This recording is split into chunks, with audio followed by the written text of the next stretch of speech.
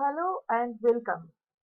Today we will have a discussion on addition polymerization. Now, polymerization is the process of synthesis of a polymer from its monomer.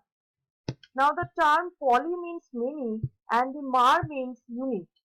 That is, the number of the units uh, combined to form a polymer.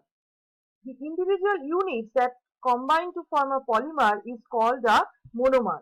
So the definition is these are the small molecules which combine with each other to form a polymer molecule. And the repeat unit is the smallest section of the polymer that includes all of the original monomers and is identically repeated end to end along the entire polymer chain. So a huge number of monomers, they polymerize to form a polymer. Now here is an example of the monomer which combine to form a polymer. So here we have taken the monomer as RCH double bond CH2, and the you can see that the pi bonds are cleaved and the sigma bonds are formed, whereby the monomers are joined to form a polymeric chain. And in each polymeric chain, the repeat unit is repeated over the entire chain. Now, in this case, if R is equal to H, then the monomer is the ethylene and the polymer is polyethylene or polyethylene. If R is equal to CH3, then the polymer is polypropylene and the monomer is just propylene. And if R is equal to pH, then the polymer is polystyrene and the monomer is styrene. If R is replaced by X, like halide ion, say for example Cl, in that case the polymer that is obtained is called PVC or polyvinyl chloride.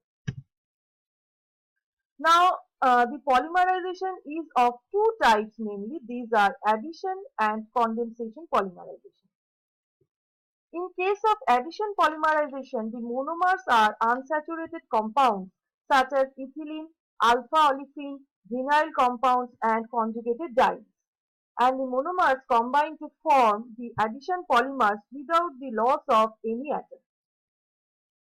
In case of condensation polymerization, the monomers are bifunctional or polyfunctional compounds such as diol, dicarboxylic acid, diamine, etc. So they are having two functionalities in this case.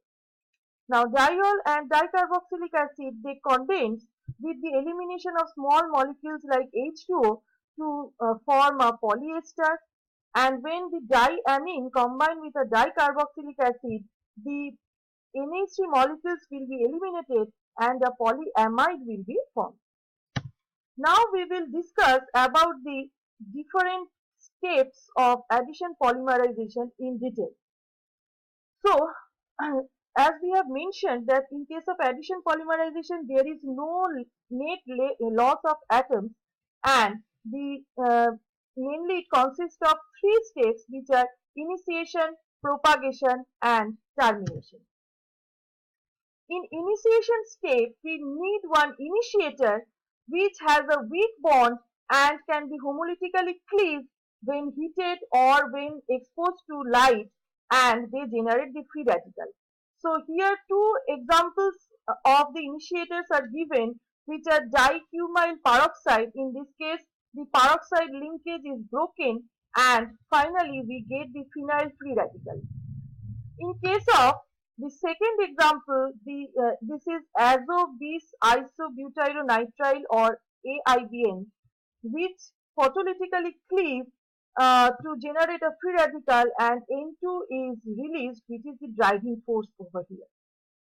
So, by these cases, the initiators cleave and they generate the free radicals. Now, the next step is the free radical, which is shown here as I dot. This free radical attacks the double bond present in the monomer, and the initiator is attached to the monomer and there is a carbon-centered free radical is generated. Now the combination of these two steps is called the chain initiation step.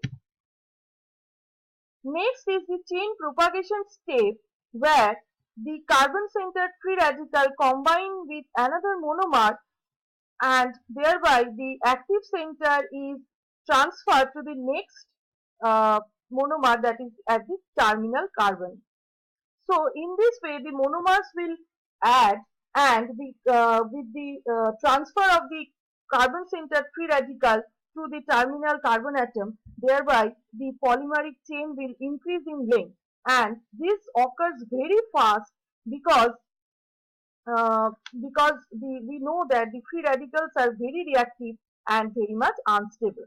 So here it is shown how the sigma bonds are formed and the pi bonds are cleaved and the active centers are transferred to the terminal carbon atoms and the polymeric chain increases in length. Now this occurs as long as there is the presence of the monomers. When the monomers are exhausted, then there will be chain termination step. Now in the chain termination step, the chain may be terminated in two ways.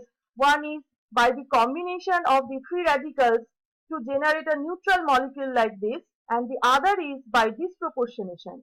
In case of disproportionation, one free radical carbon-centered free radical present in a polymeric chain will abstract the H dot from the other molecule and thereby a double bond will be generated in the other molecules, so that the two polymer with two neutral polymers will be formed. So next, some examples are given which are the addition polymers and their monomers are also shown. Like the first one, which is the polyethylene that is obtained from the ethylene, and polyethylene we know this is very much common to our daily life, whereby we find the plastic sheets and plastic packets that is made up of polythene or polyethylene. The next one is polypropylene, and which can be obtained from the monomer propylene, and it is used for packaging, for making carpets, electric cables, etc. The next one is polystyrene, which is obtained from the styrene, and polystyrene is used for making the plastic forks, toys, hair combs and as packaging material. The next one is polyvinyl chloride, which is obtained from the vinyl chloride, and it also has a very wide use for making the pipes, seat covers, records, floor tiles, etc. And the other example that is shown here is the Teflon, which is polytetrafluoroethylene, and this is obtained from the monomer tetrafluoroethylene. And Teflon is used as to make the coating of a non-stick cookware.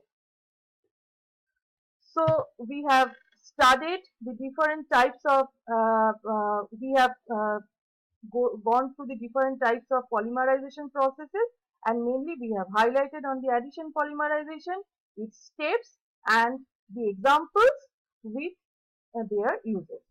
So thank you for viewing and have a nice day.